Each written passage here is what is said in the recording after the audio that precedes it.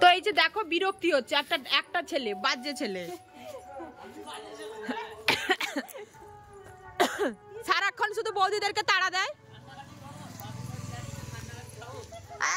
নতুন নতুন বিয়ে করতো যদি কাঁদতো, হয়ে গেল আর 4 বছর বিয়ে আর কাঁদবে, ছেলেদেরকে কাঁদাবে, মেয়ে কেন কাঁদবে? সব বিষয়ে মানে লোকের ঘরে মেয়েকে এনে সর্বনাশ করে।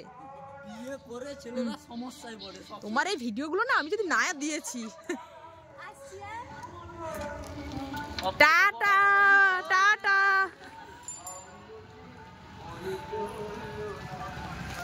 শুভ সকাল বন্ধুরা, তোমরা সবাই কেমন আছো? আশা করি ভালো আছো। আমি সুপ্রীতি মণ্ডল চ্যানেলে তোমাদেরকে আরও একবার ওয়েলকাম জানাই। তো বন্ধুরা, আজকে একটা নতুন ব্লগ নিয়ে এসেছি। তোমরা তো প্রথমেই দেখতে পেলে যে আমি রেডি হয়ে টোটোতে বসলাম, তো তারপর আর আমার ভিডিও করে ওঠা হয়নি। মানে আমি রেডি হয়েছিলাম আমার বাবার বাড়ি আসার জন্য। তো বিকেলবেলা ওটা ছিল, আমি সন্ধ্যা সময় বাবার বাড়িতে আসি, কারণ সন্ধ্যা হয়ে গেছিলো। তো বাবার বাড়ি আসার পর আর আমার ভিডিও করা হয়নি। তো সকাল সকাল ঘুম থেকে উঠেই আমি একেবারে বাইরে একটু হাঁটছিলাম, আর বাবার বাড়িতে যে ফুলগুলো হয়েছে সেগুলো দেখছিলাম আর কি। আগে তো আমার বাবার বাড়িতে আরও ফুলের গাছ লাগাতো, এবছর তো আমার মায়ের মনটা ভালো নেই, সেই জন্য ফুলের গাছ লাগায়নি।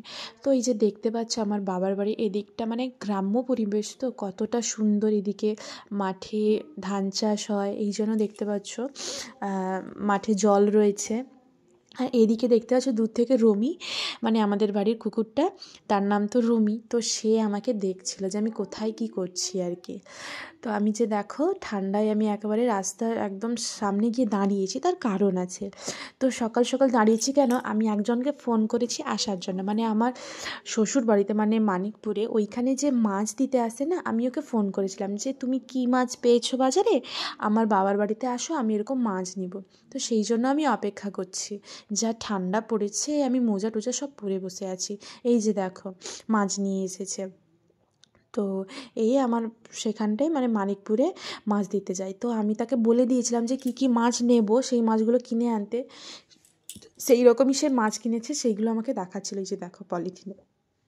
তো সেই মাছগুলো নিয়ে নিচ্ছিলাম। তাছাড়াও আর কি কি মাছ আছে মাকে বলছিলাম যে দেখো মা, এখানে আর এগুলো মাছ রয়েছে, এগুলোর মধ্যে কিছু নেবে নাকি। তো ভাবলাম ভাইয়ের জন্য একটু পাবদা মাছ নিই, কারণ আমি যে মাছটা নিয়েছি সেই মাছগুলো সে খেতে চায় না।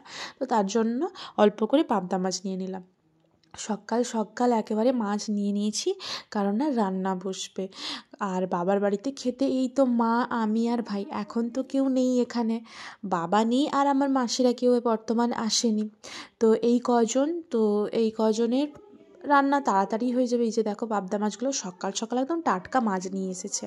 তো আমার সেখানে তো মাছের দোকান, সবজি দোকান সব কিছুই বাড়ির সামনে দিয়ে যায়, যেহেতু মেন রাস্তার গায়ে। আর ভেতরে তো সেই জন্য খুব একটা আসে না, মাঝে মধ্যে আসতো।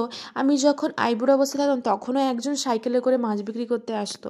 মানে এক সময় এক রকম আর কি, যে সব সময় মাছ সবজি এগুলো বিক্রি করতে আসে সেটা কিন্তু নয়। আচ্ছা বন্ধুরা, তোমরা কে কে পাবদা মাছ খেতে ভালোবাসো অবশ্যই কিন্তু কমেন্ট করে জানো। আমার কিন্তু একটুও ভালো লাগে না, আমার পাবদা মাছ একটুও পছন্দ না। পুকুরের মাছ তবুও আমি খাই না, কারণ আমি সমুদ্রের মাছ অনেক কিছুই খাই না, কিন্তু একটু করে খাওয়া শিখছি। তো এই কাকুটাকে তো আমি বলে দিলাম যে আবার কবে আসতে হবে মাছ নিয়ে। প্রতিদিন আসতে হবে না, কারণ যতটা মাছ নিয়েছি এখন 2-3 দিন তো চলবেই। তো আবার কবে আসতে হলো আমি বলে দিলাম। আর এখানে রমির জ্বালায় না, রমি যে চিৎকার করে ঠিক করে শোনাও যায় না, খুব অসুবিধা হয়।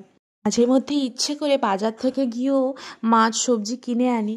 তো সব সময়ও যেতে ভালো লাগে না, দেখি কাল যদি যাওয়া যায়, কিছু সবজি কিনে আনবো, কিছু ভুসিমাল এগুলোও কিনে আনবো, যদি ইচ্ছে করে তাহলে কালও যেতে পারি।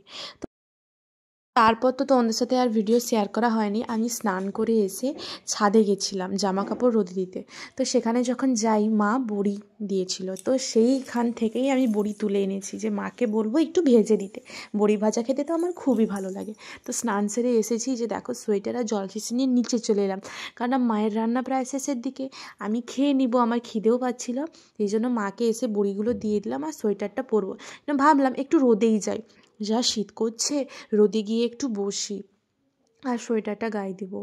আর আমি যদি এখন আমার শ্বশুরবাড়িতে থাকতাম তো এখন এত দেরিতে তো আমি স্নান করতাম না, খুব সকাল সকালে স্নান করতাম, কারণ তোমাদের দাদাভাই খুব সকাল সকাল স্নান করেও যায়, তার পরেই স্নানটা সেরে নিই, কারণ না সকালে পুজো থাকে।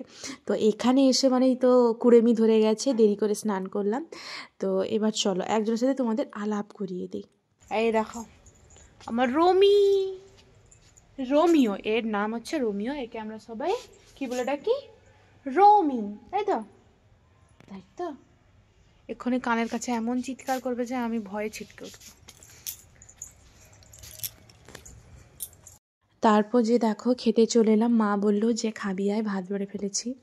এই যে দেখো আজকে ভাতে আলু দিয়েছিলাম, নতুন আলু, আর এই যে বড়ি এনেছিলাম ছাদ থেকে, দেখলে সেই বড়িগুলো মা ভেজে দিয়েছে, এবার আলুর সাথে ভালো করে মাখিয়ে ফেলছি, কতই না ভালো লাগছে বলো। মানে তোমরা এইভাবে খাও কি না আমি জানি না, খুবই ভালো লাগে, আমার তো খুব ভালো লাগে।